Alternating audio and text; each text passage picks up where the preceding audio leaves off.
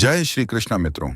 कभी आपने रात के अंधेरे में अकेले बैठकर यह सवाल खुद से पूछा है कि आखिर मेरी जिंदगी इतनी कठिन क्यों है? क्यों कुछ लोगों के हाथ में जन्म से ही सुख, पैसा, पहचान और अवसर होते हैं और कुछ लोग सुबह से रात तक मेहनत करके भी खाली हाथ रह जाते हैं? क्यों कोई पढ़ाई करके भी पीछे रह जाता है और कोई बिना कोशिश के आगे निकल जाता है? क्यों कभी कभी अच्छा इंसान सबसे ज्यादा दुख पाता है? क्यों मन में भक्ति होने के बाद भी जीवन में तूफान आते रहते हैं? और सबसे बड़ा सवाल, क्या सच में हमारी किस्मत पहले से लिखी जा चुकी है या हमारे कर्म उसे बदल सकते हैं? मित्रों, आज की यह कहानी सिर्फ एक गरीब लड़के की कहानी नहीं है। यह उस हर इंसान की कहानी है जिसने तानों में जिंदगी काटी है, जिसने अपनों को तकलीफ में देखा है, जिसने मेहनत की है लेकिन फल देर से मिला है, जिसने भगवान से शिकायत भी की है और उसी भगवान के सामने रोया भी है। और आज की कथा के अंत तक शायद आप भी अपने जीवन को एक नई नजर से देखना शुरू कर देंगे, क्योंकि आज हम एक ऐसे लड़के की कहानी सुनेंगे जिसके पास न धन था, न पहचान, न सहारा, न कोई बड़ा सपना देखने की हिम्मत। उसके पास बस भूख थी, थकान थी, अपमान था और भीतर जमा हुआ एक सवाल था, भगवान अगर आप हो तो मेरे साथ ऐसा क्यों? लेकिन मित्रों, जो आगे हुआ उसने उसके जीवन की दिशा ही बदल दी। एक फटी हुई गीता, एक बूढ़े संत की दो बातें और जीवन के लगातार लगते आघातों ने उस गरीब लड़के को ऐसा ज्ञान दे दिया जिसे बड़े बड़े पढ़े लिखे लोग भी समझ नहीं पाते। वह लड़का धन से बड़ा नहीं बना, पर मन से विशाल बन गया। वह महलों का मालिक नहीं बना, पर अपने भीतर का राजा बन गया। और यही गीता का सबसे बड़ा रहस्य है। तो अंत तक जरूर सुनिए, है ना, क्योंकि कहानी में आगे एक ऐसा मोड़ आने वाला है जहां आपको लगेगा कि अब सब खत्म हो गया, लेकिन वहीं से शुरू होगा असली ज्ञान। वही ज्ञान जो श्री कृष्ण ने अर्जुन को दिया था, वही ज्ञान जो टूटे हुए मन को संभालता है, वही ज्ञान जो आदमी को हार के बीच भी सीधा खड़ा रखता है। एक छोटे से गांव में जहां कच्चे घर थे, टूटी गलियां थीं, बरसात में कीचड़ था और गर्मी में फटी धरती, वहीं रहता था एक लड़का, गोपाल। नाम बड़ा सुंदर था, पर जीवन कठिन था। उसके पिता मजदूरी करते थे, कभी खेतों में, कभी ईंट भट्ठे पर, कभी किसी की गाड़ी ढोने में। उसकी माँ लोगों के घरों में बर्तन मांजती थी। घर में एक छोटी बहन थी जो अक्सर भूखी सो जाती थी, लेकिन भाई से कहती, भैया मुझे भूख नहीं, तुम खा लो। और यह सुनकर गोपाल का कलेजा भीतर ही भीतर चटक जाता था। गोपाल की उम्र ज्यादा नहीं थी, यहाँ पर उसके माथे पर चिंता की लकीरें किसी बूढ़े आदमी जैसी थीं। सुबह उठते ही उसे यह सोचना पड़ता था कि आज घर में चूल्हा कैसे जलेगा। स्कूल जाना उसका सपना था, पर जिंदगी ने उसे जल्दी बड़ा कर दिया था। वह कभी चाय की दुकान पर गिलास धोता, कभी मंडी में बोरे उठाता, कभी स्टेशन पर पानी बेचता, कभी गांव के अमीर लोगों के घर सामान पहुंचाता। उसके हाथ खुरदरे थे, पैर फटे हुए थे, लेकिन सबसे ज्यादा घायल उसका मन था। जब वह अमीर घरों के बच्चों को साफ कपड़ों में स्कूल जाते देखता, उनके जूते चमकते देखता, उनके हाथ में किताबें और टिफिन देखता, तब उसके भीतर एक आग उठती। वह सोचता, क्या भगवान ने हमें अलग मिट्टी से बनाया है? क्या हमारी किस्मत में सिर्फ धूल, भूख और अपमान लिखा है? क्या गरीब का बच्चा सिर्फ मजदूर बनने के लिए पैदा होता है? एक दिन गांव के चौपाल पर कुछ लोग बैठे थे। गोपाल वहां से पानी का घड़ा लेकर जा रहा था। तभी एक आदमी हंसते हुए बोला, अरे गोपाल, शायद तू इतना मेहनत क्यों करता है? तेरे बाप ने क्या खजाना छोड़ दिया है जो तू राजा बनेगा? दूसरा बोला, अरे इसे छोड़ो, गरीब का बेटा गरीब ही रहेगा, भाग्य में जो लिखा है वही होगा। और सब हंस पड़े। गोपाल ने उस दिन कुछ नहीं कहा, पर भीतर एक कड़वाहट जम गई। रात में वह घर के बाहर टूटी चारपाई पर लेटा था। आसमान में तारे थे, पर उसकी आंखों में आंसू थे। उसने पहली बार भगवान से शिकायत की। उसने कहा, अगर आप सच में हैं तो मेरे लिए क्या रखा है? मेरे हिस्से में इतना दुख क्यों? मैं चोरी नहीं करता, झूठ नहीं बोलता, किसी का बुरा नहीं चाहता, फिर भी हर दिन हार क्यों? और जो लोग दूसरों को दुख देते हैं वे सुख में क्यों हैं? मित्रों, यही वह जगह है जहां ज्यादातर लोग टूट जाते हैं। बाहर से नहीं, भीतर से। शरीर की गरीबी आदमी को उतना नहीं तोड़ती जितना तुलना, अपमान और अन्याय का एहसास तोड़ देता है। पेट की भूख एक समय बाद शांत हो जाती है, लेकिन मन की भूख, सम्मान की भूख, अपनेपन की भूख, उत्तर की भूख, वह आदमी को अंदर से खा जाती है। और यही जीवन की पहली गहरी समस्या है। हम में से बहुत लोग रोटी से ज्यादा उत्तर खोज रहे होते हैं।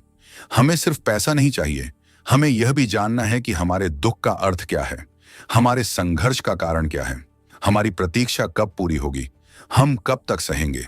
यही वह प्रश्न है जिससे गीता शुरू होती है। युद्ध बाहर कम, भीतर ज्यादा होता है।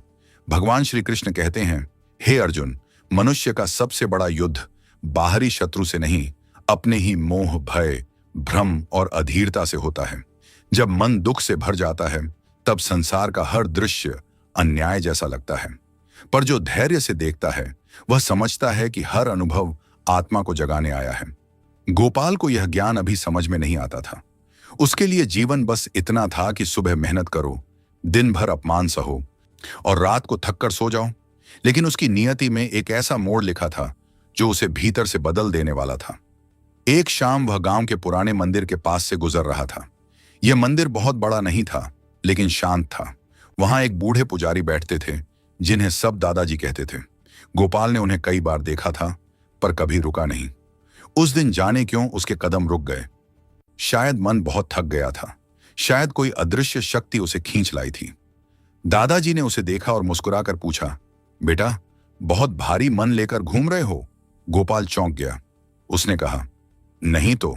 दादाजी बोले, जिस आदमी की आंखों में नींद से ज्यादा सवाल हों, उसका मन भारी ही होता है। बैठो। बस इतना सुनना था कि गोपाल की आंखें भर आईं। उसने पहली बार किसी अजनबी के सामने अपने मन की गांठ खोल दी। उसने कहा, दादाजी, क्या गरीब होना पाप है? क्या भगवान सिर्फ मंदिर में रहने वालों के हैं या झोपड़ी में रहने वालों के भी? मैं मेहनत करता हूं मां, फिर भी कुछ बदलता नहीं। कभी लगता है भाग्य सब कुछ है, कभी लगता है भगवान सुनते ही नहीं। दादाजी ने कुछ देर उसे देखा, फिर अंदर गए और एक पुरानी किनारों से फटी हुई पुस्तक लाकर उसके हाथ में रख दी। वह भगवत गीता थी। गोपाल ने पुस्तक को देखा और धीमे से बोला, दादाजी, मैं इतना पढ़ा लिखा नहीं हूं, इसमें क्या समझ पाऊंगा? दादाजी मुस्कुराए और बोले, बेटा, गीता पढ़ने से पहले समझ में नहीं आती, लेकिन जब जीवन बहुत मारता है तब गीता सुनाई देने लगती है। इसमें शब्द कम हैं, आईना ज्यादा है। इसमें भगवान तुम्हें दुनिया से भागना नहीं सिखाते, दुनिया में टिकना सिखाते हैं। इसमें चमत्कार नहीं, चरित्र मिलता है। इसमें धन का वादा नहीं, दृष्टि का वरदान मिलता है। गोपाल ने पुस्तक ले तो ली, लेकिन मन में सोचा, क्या एक किताब मेरी भूख मिटा देगी? क्या इससे कर्ज उतर जाएगा? क्या इससे मां की खांसी ठीक हो जाएगी? फिर भी उसने उसे अपने पुराने कपड़े में लपेटकर घर के कोने में रख दिया। मित्रों, ध्यान दीजिए, जीवन में सच्चा ज्ञान पहले दिन मीठा नहीं लगता, क्योंकि वह हमारे दुख तुरंत समाप्त नहीं करता। वह पहले हमारे भ्रम तोड़ता है, और भ्रम टूटना हमेशा दर्द देता है। कुछ दिन बीते, घर की हालत और खराब हो गई। गोपाल के पिता एक दिन मजदूरी से लौटते हुए गिर पड़े। तेज बुखार, बदन दर्द और कमजोरी ने उन्हें बिस्तर पर डाल दिया। अब कमाने वाला एकमात्र हाथ गोपाल था। मां पहले से ही कमजोर थी। घर में अनाज खत्म हो गया। पड़ोसी कभी थोड़ा चावल दे देते, कभी कोई बासी रोटी। कई बार पूरा परिवार नमक पानी के साथ सूखी रोटी खाता। एक रात उसकी बहन ने पूछा, भैया, भगवान हमें कब देखेंगे? गोपाल के पास उत्तर नहीं था। उसने बस उसका सिर सहलाया और कहा, जल्दी। लेकिन भीतर से वह टूट गया, क्योंकि उसे लगा कि वह झूठ बोल रहा है। उस रात पहली बार उसने गीता खोली। अक्षर धीरे धीरे पढ़े, हर शब्द समझ नहीं आया, पर एक भाव उसके भीतर उतरने लगा। उसे दादाजी की आवाज याद आई, गीता में शब्द कम हैं, आईना ज्यादा है। अगले दिन वह फिर मंदिर गया। उसने पूछा, दादाजी, इसमें लिखा क्या है? मैं सब नहीं समझ पा रहा। दादाजी ने कहा, बेटा, आज से रोज थोड़ा थोड़ा समझेंगे, लेकिन याद रखो, गीता सिर्फ पढ़ने के लिए नहीं, जीने के लिए है। उन्होंने पहली बात कही, कर्म। दादाजी बोले, भगवान श्री कृष्ण कहते हैं, हे अर्जुन, तुम्हारा अधिकार कर्म पर है, फल पर नहीं। इसका मतलब यह नहीं कि फल महत्वहीन है। इसका अर्थ यह है कि फल के भय और लालच से बंधकर कर्म मत करो।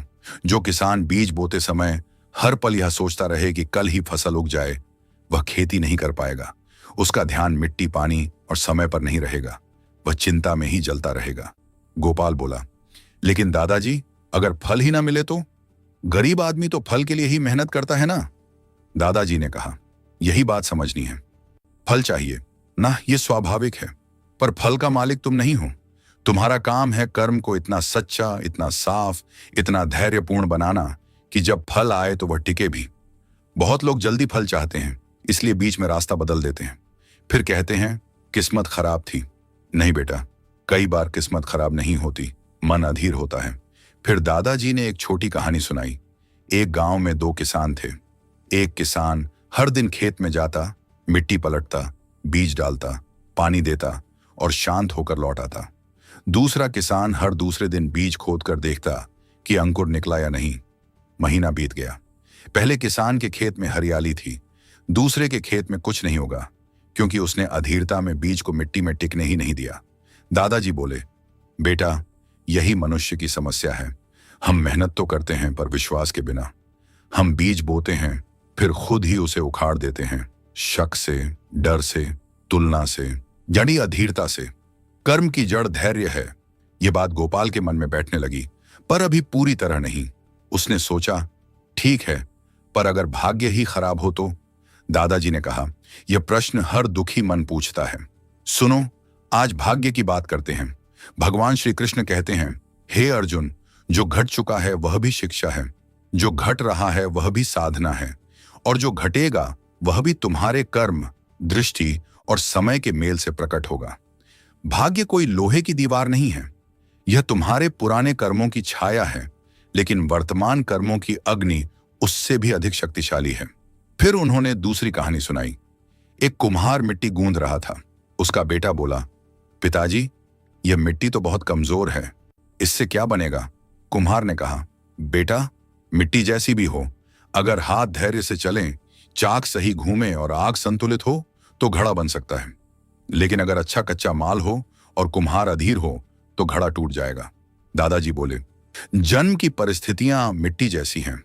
कोई मिट्टी कठोर होती है, कोई मुलायम, पर चरित्र, श्रम, संयम और सत्संग ये कुम्हार के हाथ हैं। बहुत लोग मिट्टी को दोष देकर बैठ जाते हैं, कुछ लोग मिट्टी को साध लेते हैं। गीता दूसरे रास्ते पर चलना सिखाती है। मित्रों, यहीं से गोपाल का भीतर बदलना शुरू हुआ, लेकिन कहानी अभी बहुत बाकी है, क्योंकि ज्ञान सुन लेना आसान है, उसे दुख की अग्नि में जीना कठिन है। और अब जीवन उसे ऐसे ऐसे मोड़ों से ले जाने वाला था जहां हर दिन उसका विश्वास परखा जाएगा। कुछ दिनों बाद गोपाल को शहर के एक गोदाम में काम मिला। काम कठिन था, पर मजदूरी पहले से थोड़ी ज्यादा थी। वह सुबह अंधेरे में निकलता, देर रात लौटता। शरीर टूट जाता, पर वह खुश था कि घर में थोड़ा अनाज आ जाएगा। उसने बहन के लिए एक पुरानी कॉपी खरीदी, मां के लिए दवा लाई। पहली बार उसे लगा कि शायद अब जीवन धीरे धीरे संभलने लगेगा। लेकिन मित्रों, जब आदमी थोड़ा संभलता है और तभी जीवन उसकी परीक्षा और गहरी कर देता है। एक दिन गोदाम में माल कम हो गया। मालिक ने कई मजदूरों को निकाल दिया। गोपाल भी उनमें था। उसने हाथ जोड़कर कहा, मालिक, घर में बीमारी है, थोड़ा काम रहने दीजिए। मालिक ने बेरुखी से कहा, यहां दया से नहीं, जरूरत से काम मिलता है, जाओ। गोपाल बाहर आया। हाथ में मजदूरी के कुछ सिक्के थे, दिल में फिर वही पुराना दर्द। उसने आसमान की तरफ देखा और कहा, फिर से? क्या हर बार मेरे साथ यही होगा? क्या मैं जितना उठता हूं उतना ही गिरा दिया जाता हूं? उस शाम वह मंदिर नहीं गया, वह नदी किनारे बैठा रहा। उसके मन में गुस्सा था। उसे लगा कि गीता की बातें सुनकर क्या फायदा, जब जीवन वैसा ही है। कर्म करो, धैर्य रखो, विश्वास रखो, ये सब बोलने की बातें हैं, जीने की नहीं। रात को दादाजी खुद उसे ढूंढते हुए वहां पहुंचे। उन्होंने कुछ नहीं पूछा, बस उसके पास बैठ गए। कुछ देर बाद बोले, बेटा, मन में तूफान है। गोपाल बोला, दादाजी, सच कहूं तो अब कुछ समझ नहीं आता। अगर भगवान न्याय करते हैं तो मेरे घर में इतना दुख क्यों? मैं कर्म भी कर रहा हूं, फिर भी बार बार गिरता क्यों हूं? मुझे लगता है भाग्य जीत जाता है, आदमी हार जाता है। दादाजी ने धीरे से कहा, नहीं बेटा, आदमी भाग्य से नहीं, अपने मन से हारता है। कठिनाई बाहर आती है, हार भीतर जन्म लेती है, और मन को जीते बिना कोई भी लड़ाई नहीं जीती जा सकती। फिर उन्होंने गीता का तीसरा गहरा ज्ञान समझाया, मन का नियंत्रण। भगवान श्री कृष्ण कहते हैं, हे अर्जुन, मन चंचल है, बलवान है और अनेक दिशाओं में भागता है, पर अभ्यास और वैराग्य से उसे साधा जा सकता है। जिस मन को तुम अपना मित्र बना लो, वही तुम्हें ऊंचा उठाता है।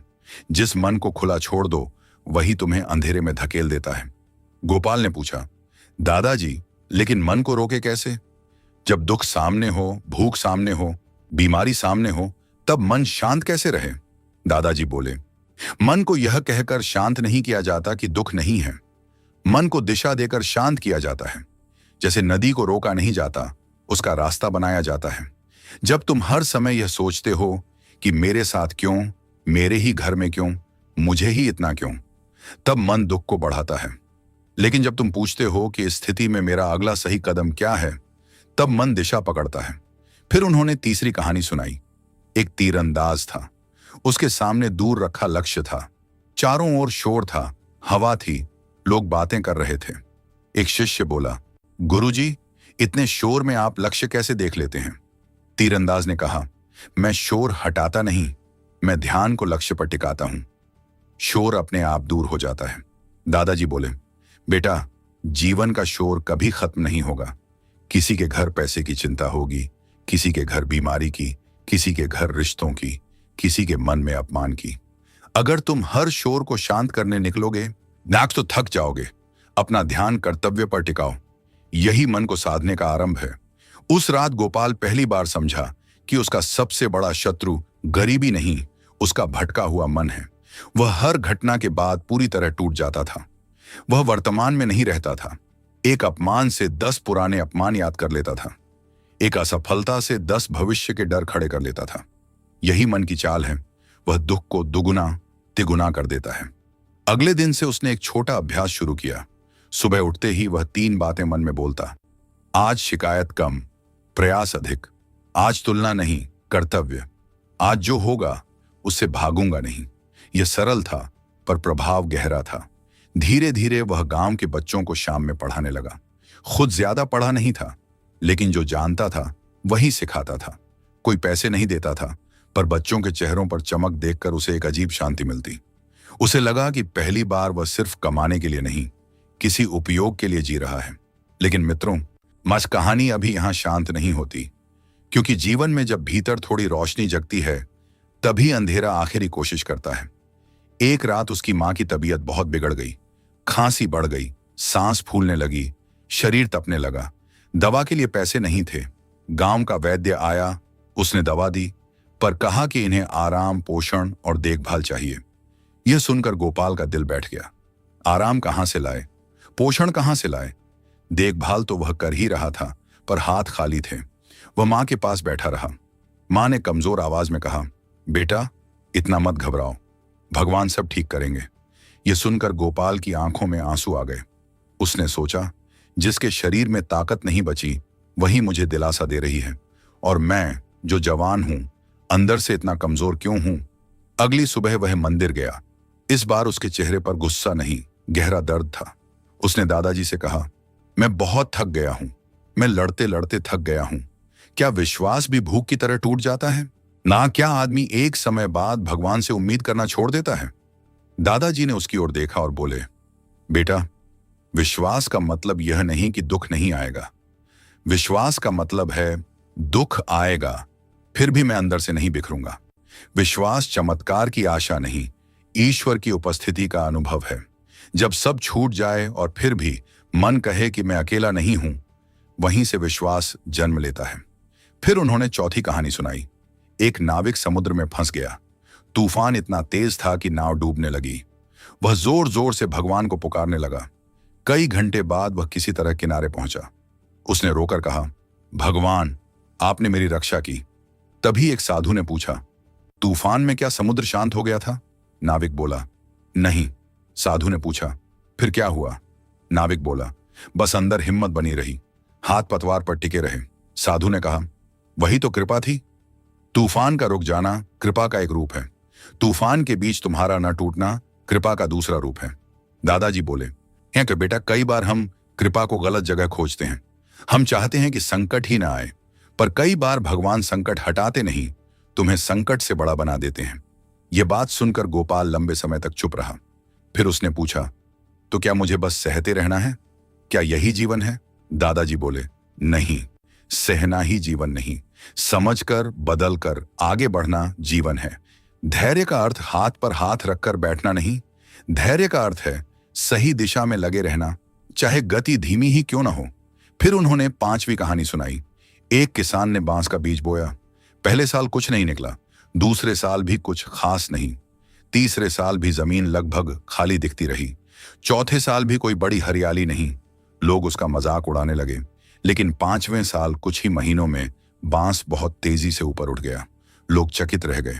किसान बोला, ये 5वें साल नहीं बढ़ा, ये पहले दिन से बढ़ रहा था, बस जड़ें धरती के भीतर बन रही थीं।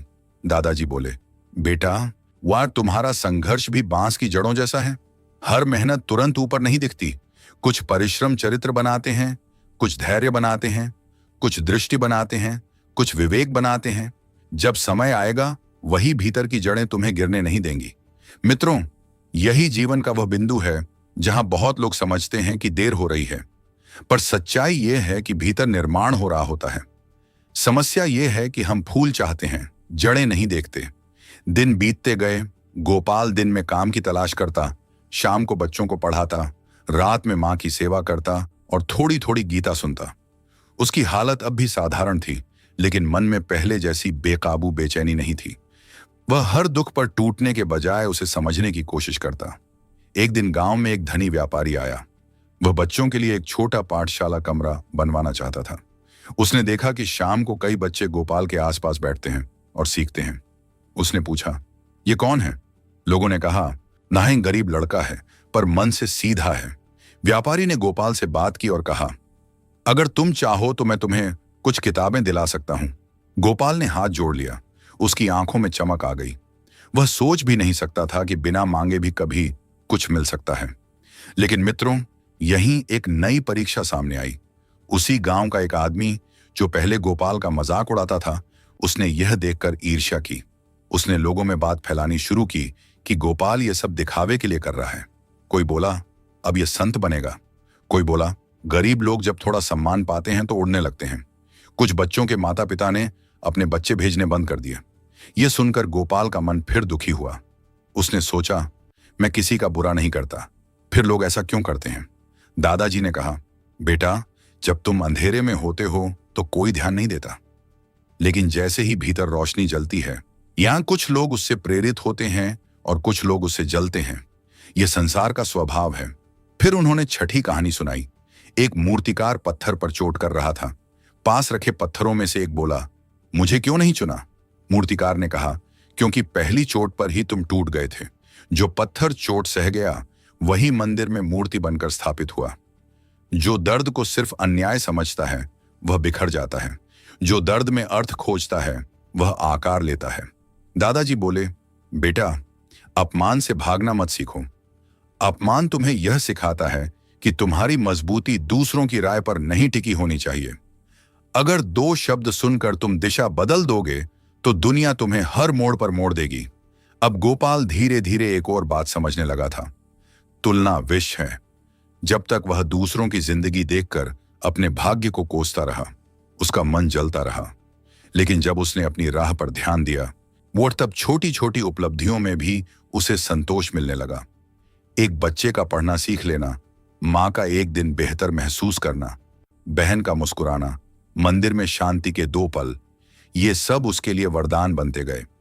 भगवान श्री कृष्ण कहते हैं, हे अर्जुन, जो व्यक्ति अपने मन को विषयों की दौड़ में लगा देता है, उसका सुख बाहर की वस्तुओं पर निर्भर हो जाता है।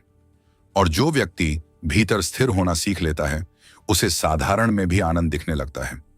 संसार का सुख छाया की तरह है, पकड़ो तो दूर भागता है। कर्तव्य, संयम और ईश्वर स्मरण का सुख दीपक की लौ जैसा है। छोटा दिखता है, पर अंधेरा सच में उसी से हटता है। एक दिन गोपाल की बहन ने उससे पूछा, भैया, क्या हम भी कभी अच्छे दिन देखेंगे? गोपाल कुछ क्षण चुप रहा। पहले वाला गोपाल शायद कहता, पता नहीं, पर अब उसने कहा, हाँ, नश देखेंगे। अच्छे दिन केवल पैसे से नहीं आते। अच्छे दिन तब शुरू होते हैं जब घर में डर कम और विश्वास ज्यादा हो जाए, और फिर धीरे धीरे बाहर की हालत भी बदलती है। यह सुनकर बहन मुस्कुराई। उस मुस्कान ने गोपाल को भीतर से ताकत दी। उसे लगा कि उसकी जिम्मेदारी सिर्फ रोटी कमाना नहीं, घर के मन को टूटने से बचाना भी है। मित्रों, ध्यान रखिए, कई बार घर की गरीबी पैसे से कम, आशा से ज्यादा जुड़ी होती है। जिस घर में उम्मीद मर जाती है वहां थोड़ा धन भी शांति नहीं देता। जिस घर में विश्वास जिंदा रहता है वहां कमी भी सहन हो जाती है। एक शाम दादाजी ने उसे जीवन के उद्देश्य की बात समझाई। गोपाल ने पूछा, क्या जीवन का उद्देश्य सिर्फ परिवार पालना, दुख सहना और एक दिन चले जाना है? हम पैदा क्यों हुए हैं? दादाजी बोले, यही प्रश्न मनुष्य को साधारण से असाधारण बनाता है। भगवान श्री कृष्ण कहते हैं, हे अर्जुन, मनुष्य केवल भोग के लिए नहीं, योग के लिए जन्मा है। केवल लेने के लिए नहीं, ना देने के लिए। केवल शरीर ढोने के लिए नहीं, चेतना जगाने के लिए। जीवन का उद्देश्य केवल अपना पेट भरना नहीं, अपने भीतर की शक्ति को पहचानना और उसे लोकहित में लगाना है। गोपाल ने पूछा, लेकिन एक गरीब आदमी क्या दे सकता है? दादाजी मुस्कुराए और बोले, सबसे बड़ा दान धन नहीं, भावना है। ज्ञान हो तो ज्ञान दो, समय हो तो समय दो, सहारा दे सकते हो तो सहारा दो, शब्द दे सकते हो तो हिम्मत दो, मुस्कान दे सकते हो तो मुस्कान दो। जिसने दुख देखा हो वह करुणा बहुत गहरी दे सकता है। गरीब होना और निर्धन होना अलग बात है। जिसके पास प्रेम, धैर्य और ईश्वर स्मरण है वह भीतर से निर्धन नहीं है। फिर उन्होंने 7वीं कहानी सुनाई। एक छोटी चींटी दीवार पर दाना लेकर चढ़ रही थी। वह बार बार गिरती फिर उठती। एक बच्चा उसे देख रहा था। उसने पूछा, यह इतनी बार गिरकर भी कोशिश क्यों कर रही है? उसके दादा ने कहा, क्योंकि इसका लक्ष्य इससे बड़ा है। जो लक्ष्य को गिरने से बड़ा मान लेता है यदि वह रुकता नहीं। दादाजी बोले, बेटा, तुम्हारा जीवन केवल तुम्हारा नहीं है। तुम्हारी बहन तुम्हें देखकर सीखेगी कि कठिनाई में आदमी कैसा रहता है। गांव के बच्चे तुम्हें देखकर सीखेंगे कि अभाव में भी स्वाभिमान कैसे रखा जाता है। तुम्हारी मां तुम्हारे चेहरे में अपनी शांति ढूंढती है। इसलिए तुम्हें सिर्फ अपने लिए नहीं, उन सबके लिए भी मजबूत होना है जिनकी आशा तुमसे बंधी है। यह सुनकर गोपाल की आंखें भर आईं। पहली बार उसे लगा कि उसका जीवन व्यर्थ नहीं है। वह अकेला संघर्ष नहीं कर रहा। उसका संघर्ष किसी और के लिए रास्ता भी बन सकता है। लेकिन मित्रों, जीवन की सबसे बड़ी परीक्षा अभी बाकी थी। सर्दियों के दिनों में उसके पिता की तबीयत अचानक बहुत बिगड़ गई। कई महीनों की कमजोरी ने शरीर तोड़ दिया था। गोपाल उन्हें शहर के अस्पताल ले जाना चाहता था, पर किराया तक जुटाना कठिन था। उसने गांव-गांव जाकर मदद मांगी। किसी ने थोड़ा दिया, किसी ने मना कर दिया, ना किसी ने टाल दिया। आखिर वह पिता को बैलगाड़ी से कस्बे तक ले गया। डॉक्टर ने इलाज शुरू किया, पर कहा कि हालत गंभीर है। अस्पताल के बाहर बैठे गोपाल के भीतर फिर वही पुराना तूफान उठा। उसने सोचा, मैंने धैर्य रखा, मैंने कर्म किया, मैंने शिकायत कम की, फिर भी यह सब क्यों? क्या गीता केवल मन को बहलाने के लिए है? क्या सच्चाई यही है कि दुख बस दुख है? वहीं बेंच पर बैठा बैठा उसे दादाजी की बातें याद आने लगीं। कठिनाई बाहर आती है, हार भीतर जन्म लेती है। विश्वास चमत्कार की आशा नहीं, ईश्वर की उपस्थिति का अनुभव है। कुछ परिश्रम जड़ें बनाते हैं। वह गहरी सांस लेकर उठा। उसने अस्पताल के बाहर चाय बेचने वाले से पानी लिया, पिता के पास गया, उनके पैर दबाए, डॉक्टर से बात की, दवा का इंतजाम किया। रात भर जागा। अगले दिन फिर भाग दौड़ की। 3 दिन तक यही चलता रहा। तीसरे दिन पिता ने उसे पास बुलाया। कमजोर आवाज में बोले, बेटा, अब मैं शायद ज्यादा दिन न रहूं। यह सुनकर गोपाल रो पड़ा। उसने कहा, ऐसा मत कहिए। पिता ने उसका हाथ पकड़ा और बोले, मेरी बात सुन, गरीबी से डरना मत। यह दुख देती है, पर आदमी को सच्चा भी बनाती है अगर वह टूटे नहीं। मैंने जीवन भर कमाया, पर समझ नहीं पाया कि मन को मजबूत किए बिना घर मजबूत नहीं होता। तू यह बात मत भूलना। और एक बात, भगवान से शिकायत कर सकता है आदमी, पर भगवान को छोड़ना मत। कुछ देर बाद पिता की आंखों में आंसू आ गए। उन्होंने कहा, मुझे दुख इस बात का नहीं कि मैं गरीब हूं, दुख इस बात का है कि तुझे बचपन नहीं दे पाया। यह सुनकर गोपाल के भीतर जैसे कुछ पिघल गया। उसने पहली बार अपने पिता के दुख को समझा। जो आदमी उसे हमेशा चुप, कठोर और थका हुआ दिखता था, वह अंदर से कितना टूटा हुआ था, आज जाकर यह पता चला। कुछ दिनों बाद पिता ने शरीर छोड़ दिया। मित्रों, यह वह क्षण था जब किसी भी युवक का मन बिखर सकता था।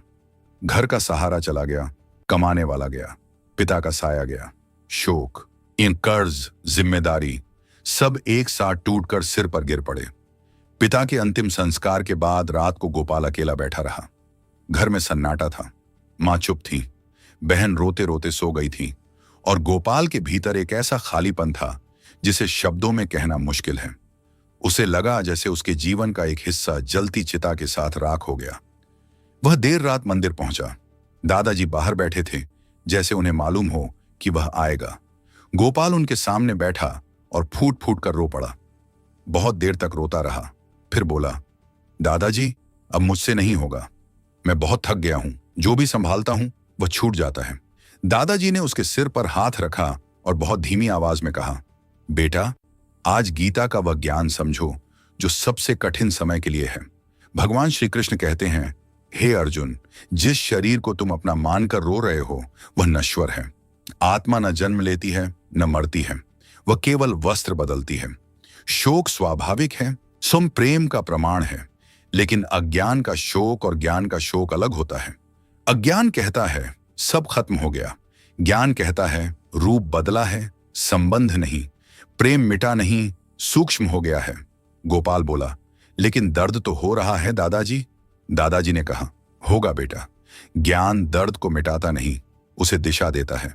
रोना कमजोरी नहीं, पर रोकर रुक जाना यही बंधन है।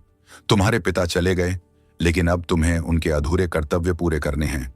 यही पुत्र धर्म है, यही कर्म योग है, यही जीवन की अग्नि परीक्षा है। फिर उन्होंने 8वीं छोटी कहानी सुनाई।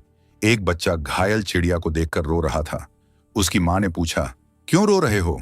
बच्चे ने कहा, यह उड़ नहीं पा रही। मां ने कहा, अच्छा है कि तुम्हारे भीतर करुणा है, पर अब सिर्फ रो मत। इसके लिए पानी लाओ, दाना लाओ, कपड़ा लाओ।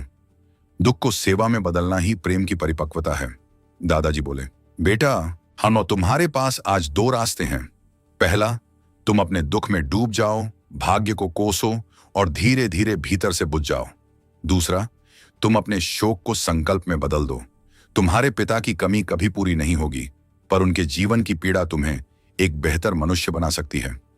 उस रात गोपाल ने पहली बार गीता को सीने से लगाकर रोया।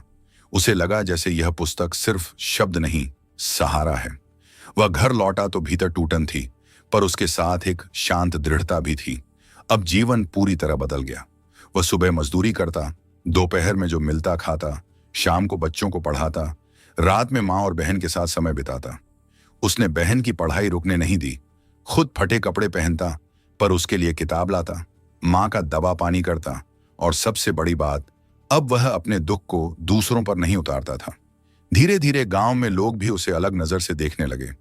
जो पहले उसका मजाक उड़ाते थे, वे अब कहते, लड़का सीधा है, दुख बहुत देखा है, टट पर बिगड़ा नहीं। कुछ लोग अपने बच्चों को फिर से उसके पास भेजने लगे। व्यापारी ने पाठशाला का काम शुरू करवा दिया। दादाजी ने कहा, यह भगवान का संकेत है। जब मनुष्य बिना कड़वाहट के कर्म करता है तो रास्ते खुलने लगते हैं। लेकिन मित्रों, गीता का ज्ञान केवल सहन करना नहीं सिखाता, सजग रहना भी सिखाता है। क्योंकि बाहर रास्ते खुलने लगे तो भीतर अहंकार भी जाग सकता है। और यही अगली शिक्षा थी। एक दिन कुछ लोगों ने गोपाल की बहुत प्रशंसा की। बोले, तुम तो बड़े धर्मात्मा हो गए, तुम्हारे जैसा धैर्य किसी में नहीं। पहले वह ऐसी बात सुनकर खुश हो जाता, लेकिन अब उसे दादाजी की शिक्षा याद थी। वह उनके पास गया और बोला, लोग मेरी तारीफ कर रहे हैं, मन अच्छा भी लग रहा है और डर भी लग रहा है। दादाजी ने कहा, बहुत अच्छा, यही सजगता तुम्हें बचाएगी। भगवान श्री कृष्ण कहते हैं, हे अर्जुन, कर्म करो, पर स्वयं को कर्ता मानकर मत फूलो। जब सफलता आए तो उसे अपना अकेला श्रेय मत समझो। समय, वन अवसर, दूसरों का सहयोग, ईश्वर की कृपा, सब उसमें जुड़ते हैं। जो आदमी दुख में भगवान को दोष देता है और सुख में खुद को श्रेय देता है, वह संतुलन खो देता है। फिर उन्होंने एक और उदाहरण दिया। दीपक ने कभी यह दावा नहीं किया कि उसने सूरज को हटा दिया। वह बस अपनी लौ से जहां था वहां का अंधेरा कम करता रहा। यही मनुष्य का धर्म है। पूरे संसार को बदलने का अहंकार नहीं, अपने हिस्से की रोशनी जलाने का संकल्प। यह बात गोपाल के भीतर गहरे उतर गई। उसने तय किया कि चाहे कुछ भी हो, वह अपने जीवन को सेवा, श्रम और साधना से जोड़े रखेगा। समय बीतता गया। मां की तबीयत कुछ संभली, बहन पढ़ने में तेज निकली, पाठशाला में बच्चों की संख्या बढ़ने लगी। गोपाल को कस्बे की एक दुकान पर स्थायी काम मिल गया। मजदूरी कम थी पर नियमित थी। उसने धीरे धीरे कर्ज चुकाना शुरू किया। घर में टपकती छत की मरम्मत हुई। बरसों बाद उनके घर में एक पूरा दिया दीपावली पर बिना बुझाए जल पाया। लेकिन मित्रों, मैं इस कहानी का सबसे बड़ा मोड़ धन आने से नहीं आया। वह एक रात आया। उस रात गांव में तेज बारिश हो रही थी। बिजली नहीं थी। सब लोग अपने अपने घरों में दुबके थे। गोपाल पाठशाला के कमरे में रखी किताबें बचाने गया। वहां उसे एक कोने में बैठा एक छोटा बच्चा मिला, रघु। वह बच्चा रो रहा था। गोपाल ने पूछा, क्या हुआ? उसने कहा, मेरे पिता ने कहा कि मैं कुछ नहीं बन सकता। मैं गरीब हूं, मैं पढ़कर भी क्या करूंगा? यह सुनते ही गोपाल जैसे अपने बचपन में लौट गया। वही दर्द, वही सवाल, वही निराशा। उसने बच्चे को पास बैठाया। बाहर बारिश थी, भीतर एक छोटी लालटेन जल रही थी। उसी मध्यम रोशनी में गोपाल ने पहली बार किसी और को गीता का ज्ञान समझाना शुरू किया। उसने कहा, सुन रघु, गरीब होना हार नहीं है। हार तब है जब तू खुद को छोटा मान ले। शरीर की हालत, घर की हालत, जेब की हालत, ये सब बदल सकते हैं, लेकिन अगर मन हार गया तो कुछ नहीं बदलेगा। भगवान श्री कृष्ण कहते हैं, हे अर्जुन, उठो, यहां अपने भीतर की शक्ति पहचानो। परिस्थितियां तुम्हें परख सकती हैं, पर तुम्हारी आत्मा को छोटा नहीं कर सकती। रघु चुपचाप सुनता रहा। गोपाल आगे बोला, देख, मैं भी तेरी तरह सोचता था कि भगवान ने मेरे साथ अन्याय किया। फिर समझ आया कि भगवान ने मुझे त्यागा नहीं, मुझे जगा रहे थे। दुख ने मुझे तोड़ा नहीं, समझदार बनाया। भूख ने मुझे करुणा सिखाई, अपमान ने स्वाभिमान सिखाया, कमी ने संयम सिखाया, इंतजार ने धैर्य सिखाया और गीता ने मुझे खुद से मिलवाया। ये कहते कहते गोपाल खुद रो पड़ा।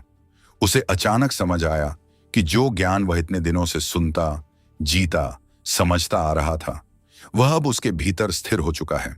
अब वह केवल श्रोता नहीं रहा था, वह अनुभवकर्ता बन चुका था। अब गीता उसके लिए पुस्तक नहीं रही थी, जीवन बन गई थी। मित्रों, यही वह शक्तिशाली भावनात्मक क्षण था जब एक गरीब लड़के ने जाना कि गीता का ज्ञान केवल युद्ध भूमि के लिए नहीं, रसोई की चिंता, बीमारी की रात, अपमान के दिन, मां भूख की दोपहर, शोक के अंधेरे और जिम्मेदारियों के बोझ के लिए भी है। गीता मंदिर में रखी चीज नहीं, चलती फिरती चेतना है। यह हमें अमीर बनाने से पहले अंदर से जागृत बनाती है। उस रात गोपाल ने पहली बार अपने जीवन को दुख की कहानी नहीं, कृपा की यात्रा की तरह देखा। उसने सोचा, अगर मुझे सब कुछ आसानी से मिल जाता तो मैं शायद दूसरों के दर्द को कभी ना समझ पाता। अगर मुझे कभी गिरना ना पड़ता तो उठना भी ना सीखता। अगर मैंने अभाव न देखा होता तो संतोष का अर्थ न समझता। अगर पिता न गए होते तो जिम्मेदारी का वजन न समझता। अगर गीता न मिली होती तो मैं अपने ही सवालों में डूबा रहता। यह समझते ही उसके भीतर एक गहरी शांति उतरी। बाहर बारिश अभी भी थी, लेकिन भीतर तूफान रुक गया था। उसके बाद गोपाल का जीवन साधारण ही रहा, मान पर असाधारण दृष्टि के साथ। उसने पाठशाला को आगे बढ़ाया। कुछ वर्षों में वह गांव के बच्चों के लिए प्रेरणा बन गया। उसने कभी अपने संघर्ष को दिखावा नहीं बनाया। वह मंचों पर भाषण देने नहीं भागा, उसने बस अपने जीवन को ही संदेश बना दिया। जब भी कोई दुखी इंसान उसके पास आता, वह बड़ी बड़ी बातें नहीं करता। वह कहता, पहले बैठो, सांस लो, पानी पियो। फिर वह सुनता, क्योंकि उसने सीखा था कि हर टूटे मन को उपदेश से पहले सहारे की जरूरत होती है। फिर वह धीरे धीरे कहता, तुम्हारा दुख सच है, उसे नकारो मत, पर अपने दुख को अपना परिचय मत बना लो। तुम परिस्थिति से बड़े हो, तुम्हें अभी बहुत कुछ समझना बाकी है। कई लोग उससे पूछते, तुम्हें यह शक्ति कहां से मिली? वह मुस्कुराकर कहता, जब आदमी के सारे सहारे टूट जाते हैं, तब अगर वह पूरी तरह बिखरे नहीं तो उसे भीतर का सहारा मिल जाता है। और मुझे वह गीता से मिला। मित्रों, अब आइए इस कहानी से निकलते हुए उन जीवन पाठों को शांत मन से समझें जो हर व्यक्ति के लिए अमूल्य हैं। पहला पाठ, कर्म। कर्म का अर्थ केवल काम करना नहीं है। कर्म का अर्थ है सही भावना से, सजग मन से लगातार अपना कर्तव्य करना। अगर आप हर काम केवल परिणाम देखकर करेंगे तो या तो अहंकार आएगा या निराशा। लेकिन अगर आप अपने कर्म को पूजा मानकर करेंगे तो भीतर स्थिरता आएगी। याद रखिए, फल जरूरी है, लेकिन फल तक पहुंचने का रास्ता चरित्र से होकर जाता है। दूसरा पाठ, भाग्य। भाग्य को बहाना मत बनाइए। यह सही है कि सबकी शुरुआत एक जैसी नहीं होती। कोई आगे से शुरू करता है, कोई पीछे से। किसी को परिवार का सहारा मिलता है, किसी को अकेले चलना पड़ता है। लेकिन यही पूरी सच्चाई नहीं है। वर्तमान का कर्म, दृष्टि, संगति और धैर्य, ये सब मिलकर भविष्य को बदलते हैं। भाग्य को अंतिम फैसला मत मानिए, उसे आरंभिक परिस्थिति मानिए। तीसरा पाठ, मन का नियंत्रण। मन अगर हर समय तुलना करेगा, डर पैदा करेगा, ना पुराने घाव कुरेदेगा, तो आप बाहर से सफल होकर भी भीतर दुखी रहेंगे। मन को दबाना नहीं, दिशा देना है। अपने दिन की शुरुआत शिकायत से नहीं, संकल्प से कीजिए। अपने ध्यान को शोर से हटाकर कर्तव्य पर लगाइए। मन को बार बार ईश्वर, श्वास, कर्तव्य और सच्चाई पर टिकाइए। यही अभ्यास है। चौथा पाठ, विश्वास। विश्वास का अर्थ यह नहीं कि सब कुछ आपके मन का होगा। विश्वास का अर्थ है जो भी होगा उसमें भी मैं ईश्वर की उपस्थिति को याद रखूंगा। जब इलाज देर से हो, जब नौकरी छूट जाए, जब अपनों का साथ छूट जाए, जब उत्तर न मिले, तब भी भीतर एक आवाज कहे, मैं अकेला नहीं हूं। यही विश्वास है। पांचवां पाठ, धैर्य। धैर्य हार मानकर बैठ जाना नहीं है। धैर्य वह शक्ति है जो आपको टूटने नहीं देती और गलत रास्ता पकड़ने से बचाती है। आज के समय में सबसे बड़ी समस्या यह है कि मनुष्य जल्दी फल चाहता है। जल्दी पैसा, जल्दी नाम, जल्दी समाधान, जल्दी शांति। लेकिन जो चीज जल्दी मिलती है वह अक्सर जल्दी छूट भी जाती है। धैर्यवान व्यक्ति धीरे चलता है पर गहराई से बनता है। छठा पाठ, जीवन का उद्देश्य। जीवन केवल कमाने, खाने, थकने और एक दिन मिट जाने का नाम नहीं है। जीवन का उद्देश्य अपने भीतर की दिव्यता को पहचानना है। यह समझना है कि मैं केवल शरीर नहीं, चेतना हूं। मुझे केवल अपने लिए नहीं, दूसरों के लिए भी उपयोगी बनना है। चाहे आप शिक्षक हों, मजदूर हों, किसान हों, गृहिणी हों, विद्यार्थी हों, आप अपने जीवन को अर्थपूर्ण बना सकते हैं। सातवां पाठ, दुख का सही उपयोग। दुख को केवल कोसना मत सीखिए। दुख आपको कुछ सिखाने आया है। कभी वह आपके भीतर का अहंकार तोड़ता है, कभी अधैर्य, कभी गलत संगति, कभी झूठी उम्मीदें, कभी अंदर छिपी शक्ति जगाता है। दुख को अपना भगवान मत मानिए, पर उसे व्यर्थ भी मत जाने दीजिए। आठवां पाठ, सेवा का रहस्य। जब मन बहुत दुखी हो तो किसी का भला कीजिए। किसी को पानी पिलाइए, किसी का हाथ पकड़िए, किसी बच्चे को पढ़ाइए, माने किसी बूढ़े की बात सुनिए। सेवा केवल दूसरे का जीवन नहीं बदलती, वह हमारे दुख को भी पवित्र बना देती है। जो व्यक्ति दूसरों के आंसू समझना सीख लेता है, उसका अपना दर्द हल्का होने लगता है। मित्रों, अब मैं आपको कुछ और छोटे प्रेरक प्रसंग सुनाना चाहता हूं जो इस कहानी की रोशनी को और गहरा करेंगे। एक बार एक साधु के पास एक युवक आया। उसने कहा, मेरा मन बहुत बेचैन रहता है। साधु ने उसे एक गिलास पानी दिया और उसमें मुट्ठी भर नमक डाल दिया। बोले, पियो। युवक ने पिया और कहा, बहुत खारा है। फिर साधु उसे नदी किनारे ले गए, वही नमक नदी में डाल दिया और बोले, अब पानी पियो। युवक ने पिया और कहा, मीठा है। साधु बोले, दुख नमक जैसा है। अगर तुम्हारा मन छोटा पात्र होगा तो थोड़ा दुख भी असह्य लगेगा। अगर मन नदी जैसा विशाल होगा तो वही दुख घुल जाएगा। इसलिए जीवन का लक्ष्य केवल दुख हटाना नहीं, मन को विशाल बनाना है। एक बार एक वृद्ध महिला रोज मंदिर जाती थी। कोई बोला, तुम इतनी गरीब हो, ना रोज पूजा से क्या मिलेगा? महिला बोली, मुझे पूजा से दो चीजें मिलती हैं। एक, मेरे दुख को सहने की ताकत। दो, मेरे सुख में अहंकार ना आए, इसका स्मरण। यही तो सबसे बड़ा धन है। एक लड़का रोज अपने गुरु से पूछता, मुझे शांति कब मिलेगी? गुरु हर दिन कहते, जब तुम शांति ढूंढना बंद कर दोगे और सही जीवन जीना शुरू कर दोगे। शांति परिणाम है, लक्ष्य नहीं। लक्ष्य है सत्य, संयम, ईश्वर स्मरण, सेवा और कर्तव्य। शांति पीछे पीछे चली आती है। एक मजदूर मंदिर बना रहा था। किसी ने पूछा, क्या कर रहे हो? उसने कहा, पत्थर उठा रहा हूं। दूसरे ने पूछा, वह बोला, मजदूरी कर रहा हूं। तीसरे ने पूछा, उसने कहा, भगवान का घर बना रहा हूं। काम एक था, दृष्टि तीन थी। जीवन वहीं रहता है, दृष्टि बदलते ही अर्थ बदल जाता है। एक लड़की ने अपने दादा से पूछा, लोग इतने जल्दी निराश क्यों हो जाते हैं? दादा ने कहा, क्योंकि वे परिणाम देखकर मेहनत करते हैं, मूल्य देखकर नहीं। जिसे अपने कर्म का मूल्य समझ आता है वह देर से नहीं टूटता। एक चरवाहा रोज बांसुरी बजाता था। किसी ने पूछा, तुझे इससे क्या मिलता है? वह बोला, जब मैं बजाता हूं तब मुझे याद आता है कि मैं अकेला नहीं हूं। मनुष्य को कभी कभी केवल यह अनुभव चाहिए कि जीवन अभी भी सुंदर हो सकता है। एक बूढ़े शिक्षक ने कहा था, गरीबी से बड़ा दुर्भाग्य केवल एक है, निराशा, और निराशा से बड़ा अंधेरा केवल एक है, भगवान से दूरी। जिस दिन मनुष्य यह मान ले कि सब खत्म है, उसी दिन उसका पतन शुरू हो जाता है। जिस दिन वह कहे कि अभी भी कुछ संभव है, उसी दिन से उत्थान शुरू हो जाता है। और एक अंतिम कहानी। एक यात्री रेगिस्तान में भटक गया। उसे दूर एक पेड़ दिखा। वह पेड़ तक पहुंचा तो वहां छाया बहुत कम थी। फिर भी वह बैठ गया, सांस ली, पानी पिया और आगे चलने की ताकत पा गया। मित्रों, जीवन में गीता वही छोटी सी छाया है। वह पूरे रेगिस्तान को जंगल नहीं बना देती अनवर, लेकिन यात्री को गिरने से बचा देती है। और कभी कभी यही सबसे बड़ी कृपा होती है। अब फिर लौटते हैं गोपाल पर। सालों बाद जब वह गांव के युवाओं से बात करता तो वह कहता, मैंने गीता से यह नहीं सीखा कि जीवन आसान हो जाएगा। मैंने यह सीखा कि कठिन जीवन के बीच भी मैं कड़वा हुए बिना जी सकता हूं। मैंने यह नहीं सीखा कि दुख खत्म हो जाएगा। मैंने यह सीखा कि दुख मुझे अंदर से खाली नहीं करेगा। मैंने यह नहीं सीखा कि सब लोग मुझे समझेंगे। मैंने यह सीखा कि खुद को समझना अधिक जरूरी है। मैंने यह नहीं सीखा कि दुनिया न्यायपूर्ण हो जाएगी। मैंने यह सीखा कि अन्याय देखकर भी मैं अपने भीतर अन्याय पैदा न करूं। मित्रों, कितनी बड़ी बात है यह। बहुत लोग दुख पाकर खुद दूसरों को दुख देने लगते हैं।